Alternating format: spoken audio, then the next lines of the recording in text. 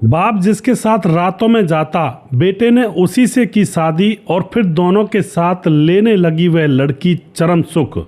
मोना का मायाजाल। दोस्तों आज की जो ये कहानी है बड़ी ही दिलचस्प होने वाली है।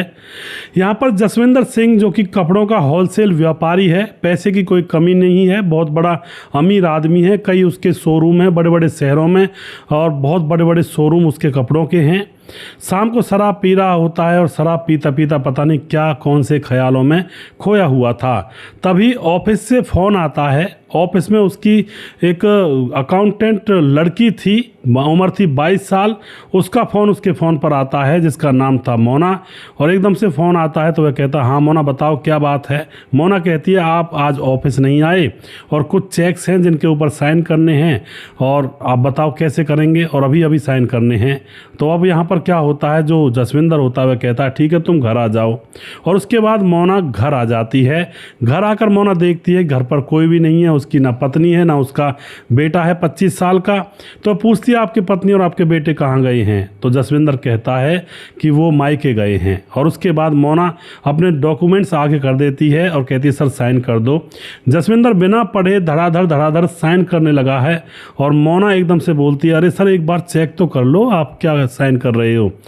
लेकिन जैसे ये शब्द मोना कहती है तो जसविंदर कहता है कि अरे मैंने पैसा तो बहुत कमाया, लेकिन पैसे के साथ साथ मैंने विश्वास भी करना सीखा है लोगों का, और तुम मेरी विश्वास पात्र हो और मुझे तुमसे कोई खतरा नहीं है और तुम मेरा भरोसा कभी तोड़ोगी नहीं। यह बात सुनकर के मोना मुस्कुरा जाती है और उसके बाद वह कहता है कि पैसे से ज़्यादा ज़रूरत है विश्वास, और मैं तो विश्वास को पैसे से ज़्यादा कीमती मानता हूँ।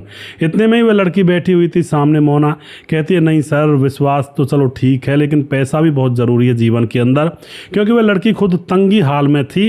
वह कहती है कि सर पैसा बहुत ज़रूरी है, पैसा अगर होता है ना कुछ भी खरीदा जा सकता है।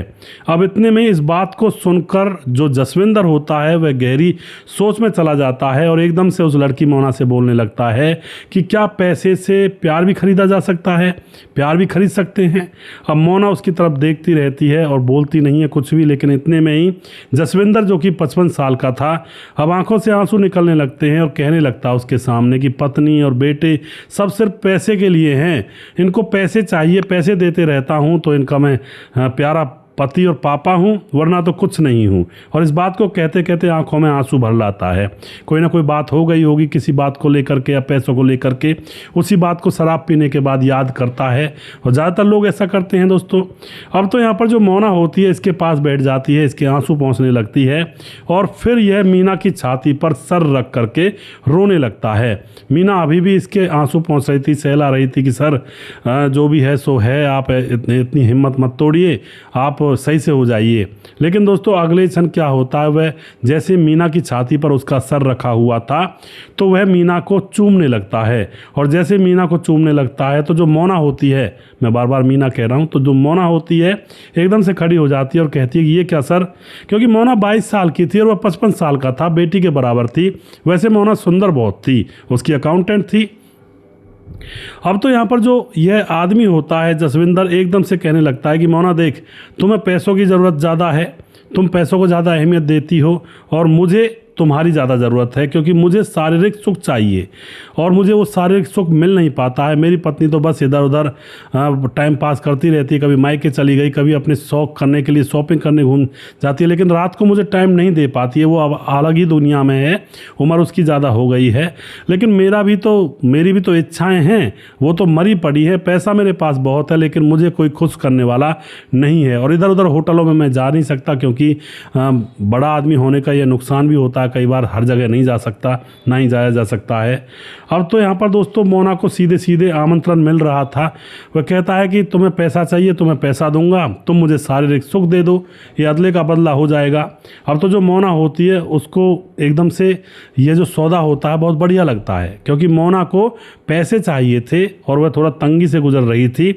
अब दोस्तों जब मोना को यह सौदा बढ़िया लग जाता है तो मोना फिर से उसके पास बैठ जाती है और फिर से वह उसकी छाती पर सर रखकर उसको चूमने लगता है और फिर यहाँ पर दोनों के कपड़े उतर जाते हैं और फिर पूरी रात भर जो होता है इन दोनों की वासनाएं तृप्त होती हैं। एक दूसरे की वासनाएं तृप्त करने के बाद जब सुबह होती है, सुबह यह जो जसविंदर होता है 10,000 रुपये मोना को देता है। मोना मना करती है, नहीं सर रहने दो, लेकिन वह ज़बरदस्ती इसके बैग में रख देता है। तो मोना को बड़ी तसल्ली होती है कि यार रात भी गुजरी, मज़े भी आए और ऊपर से 10,000 रुपये भी मिल गए और इसके बाद भी मुझे पैसे बहुत काफ़ी मिलेंगे। अब तो यह सिलसिला, यह कहानी रोज़ रोज़ होने लगती है। और दोस्तों 10,000 रुपये लेने के बाद भी अब यह कहानी जो है यहीं पर रुकने वाली नहीं थी। इसके बाद बड़ी बड़ी चीज़ें होती हैं इस घटना के अंदर और बड़े बड़े राज खुलते हैं। पूरी कहानी आप ज़रूर सुनिएगा।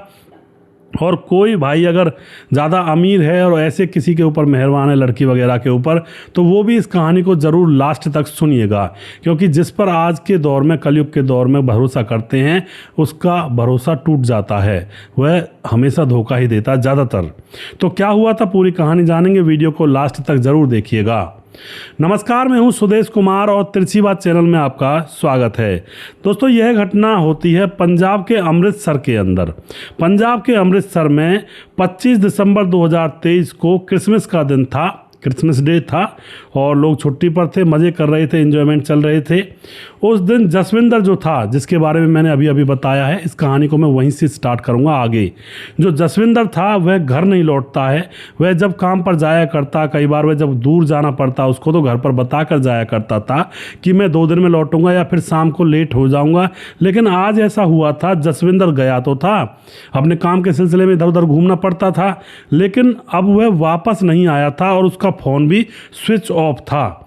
अब तो यहाँ पर घर वाले बहुत ज़्यादा परेशान हो जाते हैं। जो उसका बेटा था, उसकी पत्नी थी, बार बार वे फ़ोन कर रहे होते हैं लेकिन उसका स्विच ऑफ फ़ोन बोल रहा होता है और बार बार कह रहे होते हैं कि ऐसे कभी नहीं जाता था और हमें बता कर जाया करता था। अगर जाना भी होता था तो पुलिस थाने में जाते हैं, FIR दर्ज करवाई जाती है और जैसे पुलिस थाने में जाकर FIR दर्ज करवाई जाती है तो भाई बड़े आदमी का मामला था। पुलिस ने तुरंत एक्शन लिया और उसकी लास्ट लोकेशन पुलिस खंगालने लगती है तो पता चलता है कि लास्ट लोकेशन चंडीगढ़ के एक होटल के अंदर है। तो पुलिस दल बल के साथ सीधा अब उस पत्नी और उसके बेटे को लेकर के सीधा वहीं पर चंडीगढ़ पहुंच जाती है, उसी होटल पर। और पुलिस वहां पर पहुंच करके होटल के जो कर्मचारी होते हैं उनसे फ़ोटो वगैरह दिखा करके पूछा जाता है कि ये आदमी क्या यहाँ पर है। होटल के कर्मचारी कहते हैं हाँ जी ये यहीं पर है, रूम नंबर बताते हैं कि उस रूम नंबर में है। तो पुलिस उस रूम नंबर पर जाकर दरवाज़ा खटखटाते हैं, जो पुलिस होती है, लेकिन दरवाज़ा नहीं खुलता है। तो पुलिस अब स्टाफ को बुलाकर मास्टर की से दरवाज़ा खोला जाता है। जैसे मास्टर की से दरवाज़ा खोला जाता है तो अंदर वह मिलता है, कौन? जसविंदर मिलता है। लेकिन उसकी हालत इतनी ज़्यादा गंभीर थी, उसके मुंह से झाग निकल रहे थे और बस कोई कोई सांस आ रही थी, यानी कि वह मरे समान था, बस कोई कोई सांस थोड़ी बहुत आ रही थी। और उसके बाद दोस्तों उसकी हालत गंभीर थी तो उसको सीधा हॉस्पिटल रेफ़र किया जाता है। हॉस्पिटल में डॉक्टर ट्रीटमेंट करते हैं लेकिन 1 घंटे के बाद उसकी मौत हो जाती है। अब उसके बाद पोस्टमार्टम करवाया जाता है उसका कि ये क्या हुआ, क्या मामला था। तो पोस्टमार्टम रिपोर्ट में पता चलता है कि भाई इसको जहर दिया गया है या फिर इसने खुद ने जहर खाया है, उसकी वजह से इसकी मौत हुई है। अब तो यहाँ पर पुलिस के सामने एक और चुनौती थी कि आखिर इसे जहर दिया है या इसने खुद जहर खाया है। तो उसकी कॉल डिटेल्स चेक की जाती हैं कि कौन इससे मिला था या किसके संपर्क में था, कौन जहर देकर गया। तो कॉल डिटेल्स जब चेक की जाती हैं तो यहाँ पर पता चलता है कि मोना से ज़्यादातर संपर्क में रहा करता था। पुलिस को पता लगता है कि मोना तो भाई अकाउंटेंट है इसकी, तो उस पर शक नहीं करती है पुलिस, क्योंकि अकाउंटेंट तो बार बार फ़ोन करेगा, हर बात पूछेगा, दिन में 10-20 बार भी फ़ोन कर सकती है। तो अकाउंटेंट होती है मोना, उस पर शक नहीं जाता है। और उसके बाद उस होटल के CCTV कैमरे खंगाले जाते हैं कि इसके साथ आखिर होटल में आया कौन था। जब CCTV कैमरे खंगाले जाते हैं तो पता लगता है कि यह तो अकेला आया था और इसके कमरे में सिर्फ एक वेटर जिसका नाम होता है दिलबाग, वह अंदर गया था और 5 मिनट में वह अंदर से बाहर आ जाता है। और उसके बाद इस कमरे में ना कोई और वेटर गया, ना ही इस आदमी के साथ कोई और लड़का लड़की औरत कोई भी नहीं आई थी, यही था। और उसके बाद पुलिस ने दरवाज़ा खोला था डायरेक्ट आकर के। और अब दोस्तों यहाँ पर जब वह नौकर के ऊपर संदेह हो जाता है, भाई एक नौकर ही आया था, तो पुलिस उससे पूछताछ करना चाहती है कि भाई तुम उस कमरे के अंदर गए थे, क्या दिया था खाने के लिए। तो नौकर को जब देखा जाता है तो नौकर वहाँ से फरार था। नौकर का जो एड्रेस दिया हुआ था वो भी नकली था, डुप्लीकेट था। और वह नौकर 1 महीने से यहाँ पर काम कर रहा था। अब तो दोस्तों गुप्तचरों की मदद से और जैसे तैसे उस नौकर को पकड़ लिया जाता है और उसको पकड़ने के बाद जैसे उससे पूछताछ की जाती है तो यहाँ पर अब वह एक राज खोलता है। वह बताता है कि हाँ, मैंने ही किया यह कांड, लेकिन मेरे साथ मोना भी शामिल है। अब तो दोस्तों पुलिस का दिमाग घूम जाता है। जो मोना होती है वह तो उसकी अकाउंटेंट थी, वही लड़की जिसके साथ ये घूमा करता था। अब मोना को भी पकड़ा जाता है और उनको भी पकड़ने के बाद जब दोनों से सख्ती से पूछताछ की जाती है तो यहाँ पर एक और नया अध्याय खुलता है। कहानी क्या थी दोस्तों, जैसा कि मैंने आपको स्टार्टिंग में बताया था, जसविंदर के घर में उसकी पत्नी, उसका बेटा सोनू जिसकी उम्र 24-25 साल है। और जो जसविंदर होता है हर संडे को होटलों में घूमने के लिए जाया करता था मोना के साथ, मोना डार्लिंग के साथ, यानी कि जो उसकी अकाउंटेंट थी। उनको प्यार हो ही गया था, जैसा कि मैंने आपको कहानी के स्टार्टिंग में बताया। हर संडे को वह गाड़ी में घूमने के लिए जाया करते थे, होटल में रुका करते थे, मौज मस्ती किया करते थे, मज़े से ज़िंदगी गुजर रही थी। और जो ये जसविंदर होता है ये मोना डार्लिंग को घर भी खरीदवा देता है, उसको एक नई गाड़ी भी दे देता है और मज़े आ रहे थे, यानी कि मोना मज़े काट रही थी पूरी तरह से। लेकिन यहाँ पर कहानी में ट्विस्ट आ जाता है।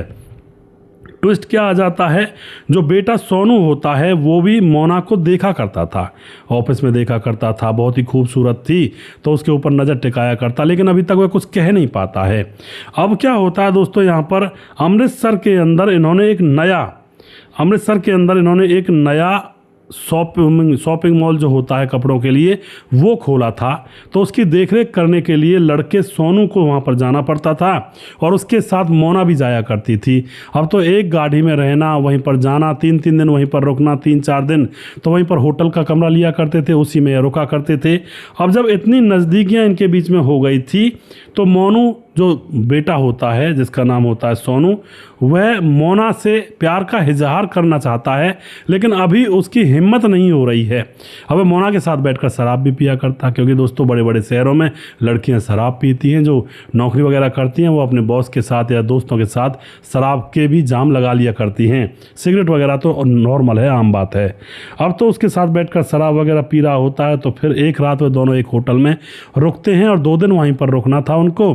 तो शराब पीते पीते अब एकदम से जो बेटा सोनू होता है मोना से कह उठता है कि मोना, मैं तुमसे अंदर ही अंदर प्यार करता हूँ, लेकिन कह नहीं पा रहा था। आज हिम्मत जुटाई है और वो भी शराब के नशे में, और मैं तुमसे बेइंतहा प्यार करता हूँ। और प्यार भी ऐसे वैसे वाला नहीं, मैं तुमसे शादी करना चाहता हूँ। शादी करके तुम्हें अपने घर की दुल्हन बनाऊंगा और अपने घर में रखूँगा। अब तो यहाँ पर दोस्तों जैसे सोनू ये बात कहता है तो मोना का दिमाग बहुत ज़्यादा तेज़ चलने लगता है कि ये मुझसे शादी करेगा और मैं इसके प्रपोजल को एक्सेप्ट करूं या ना करूं। फिर वह सोचती है कि वो जो बुढ़ा है उसके साथ रहूंगी, इसका जो बाप है वो तो मुझे रखेल बना कर रखे हुए है, उसका जब मन भर जाएगा तो मुझे ठोकर मार देगा। लेकिन अगर इसके साथ मैं प्यार करती हूँ तो ये मुझे शादी करेगा मुझसे और मुझे घर में रखेगा, दुल्हन बना कर रखेगा, और फिर पैसे ही पैसे, पैसों की बरसात होगी, बड़े ख़ानदान की मैं दुल्हन बन जाऊंगी। अब तो एकदम से उसका वह प्रपोजल एक्सेप्ट कर लेती है और दोनों एक दूसरे के गले लग जाते हैं और फिर एक दूसरे को चूमने लगते हैं, और फिर उस रात उनके बीच में भी संबंध बन जाते हैं। यानी कि यह लड़की पिता के साथ मौज मस्ती कर रही थी, अब बेटा है 25 साल का, उसके साथ मौज मस्ती करने लगती है। अब इस तरह से दोस्तों उस रात संबंध बनते हैं, दूसरी रात भी रुकना था, वहाँ भी संबंध बनते हैं, और फिर जब लौटते वक्त रास्ते में वो होटल पर भी गाड़ी रोकी जाती है, वहाँ पर भी संबंध बनते हैं। इस तरह से अब इन दोनों के बीच में अफेयर चालू हो गया था। और दोस्तों अब कभी पिता कभी बेटा, किसी को भी पता नहीं लगने दे रही थी कि आखिर वह लड़की कर क्या रही है। और फिर जो लड़का होता है वह कहता है सोनू कि मैं तुमसे शादी करना चाहता हूँ, माँ बाप से कह दूँ। लेकिन मोना कहती है कि अभी मत कहो, अभी 1-2 महीने रुक जाओ, उसके बाद मैं तुम्हें पक्का बताऊंगी कि शादी करूंगी या किसी और से करूंगी। अब दोस्तों यहाँ पर एक नया ट्विस्ट ये था, मोना का भी एक पहले से बॉयफ्रेंड था, यानी कि वो 3-3 लोगों के साथ मौज मस्ती कर रही थी। उसका मेन बॉयफ्रेंड था जिसका नाम था दिलबाग। और दिलबाग कौन? वही जो होटल के अंदर नौकर बन करके इस जसविंदर के कमरे में गया था और 5 मिनट में बाहर निकला था। अब तो यह जो मोना होती है अपने बॉयफ्रेंड दिलबाग से बात करती है कि इस तरह से मामला सेट हो गया है, क्योंकि उसके पास जब पैसे आया करते तो उन पैसों से मौज मस्ती दिलबाग भी किया करता। भाई मोना लाखों में कमाती, गाड़ी बंगला सब कुछ हो गया था, तो दिलबाग को वहीं पर लेकर रहा करती, मज़े से रहा करती। तो अब दिलबाग कहता है कि ये तो और अच्छा रहेगा, तो उस घर की बहू बन जाएगी, तो उसके बाद तो पैसा ही पैसा है और मेरे साथ अफेयर चलता ही रहेगा तुम्हारा।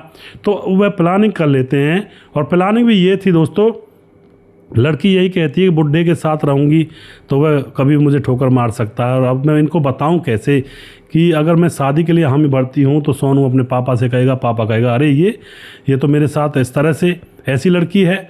तो अब ये प्लानिंग कर लेते हैं कि इस बुढ़े जसविंदर को रास्ते से हटा देते हैं और उसके बाद फिर सोनू से शादी कर लेंगे, और उस तरह से रास्ते से हटाएंगे कि किसी को कानो कान खबर नहीं होगी। अब तो दोस्तों यहाँ पर 1 डेढ़ महीने पहले जिस होटल में जसविंदर रुका करता था, मोना को सब पता था, क्योंकि इन दोनों बाप बेटों के साथ परछाई की तरह चला करती थी, दोनों को खुश किया करती थी।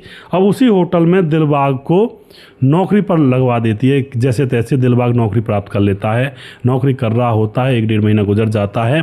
1 डेढ़ महीने गुजरने के बाद जसविंदर का ठहरने का प्लान उस होटल में, चंडीगढ़ के अंदर उस होटल में होता है, और फिर दोस्तों यहाँ पर यह खाने में कोई जहरीली वस्तु मिला करके जो दिलबाग होता है जसविंदर को पिला देता है, और फिर वहाँ से निकलकर भाग जाता है, और जसविंदर की मौत हो जाती है। और उसके फ़ोन को स्विच ऑफ कर दिया था उसने, जिससे कि घर वाले फ़ोन करेंगे कहीं सेटअप को ना पता लग जाए, इतने में निकलूं, और फिर वह वहाँ से निकल जाता है।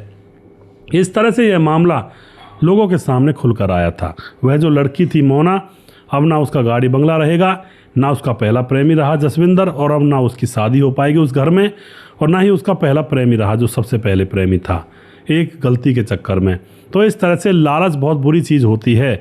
लालच के वशीभूत होकर मोना ने यह कदम उठाया, और फिर इस कदम उठाने की वजह से अब उन दोनों प्रेमी प्रेमिकाओं की ज़िंदगी बर्बाद हो गई, और जसविंदर की जान चली गई। बुढ़ापे में उसको जवानी आ रही थी, उसको मज़े चाहिए थे, तो उस मज़े के चक्कर में जान देना पड़ गया उसको। तो आप क्या कहना चाहते हैं दोस्तों इस घटना के बारे में? अपनी राय कमेंट बॉक्स में लिख सकते हैं, और वीडियो के लास्ट में कुछ भाइयों के नाम ज़रूर लेना चाहूँगा जो हमारे वीडियोज़ को देखते हैं और हमें खूब सपोर्ट करते हैं।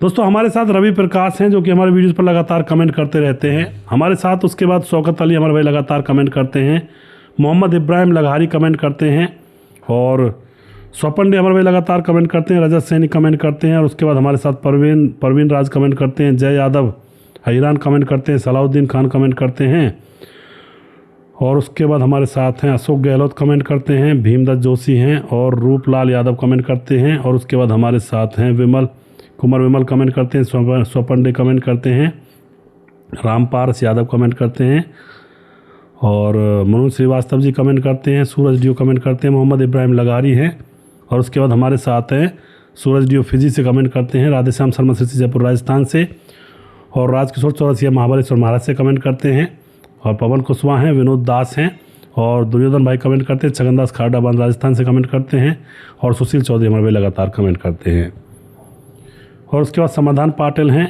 जो कि लगातार बने रहते हैं, और राम गोसाई हमारे भाई लगातार कमेंट करते हैं, विमल कुमार कमेंट करते हैं। तो दोस्तों जिस भाई का नाम रह गया उस भाई का नाम अगले वीडियो में ज़रूर लूँगा। अगला वीडियो बहुत जल्दी फिर से लेकर आऊँगा। तब तक आप खुश रहें, सावधान रहें। जय हिंद, जय भारत।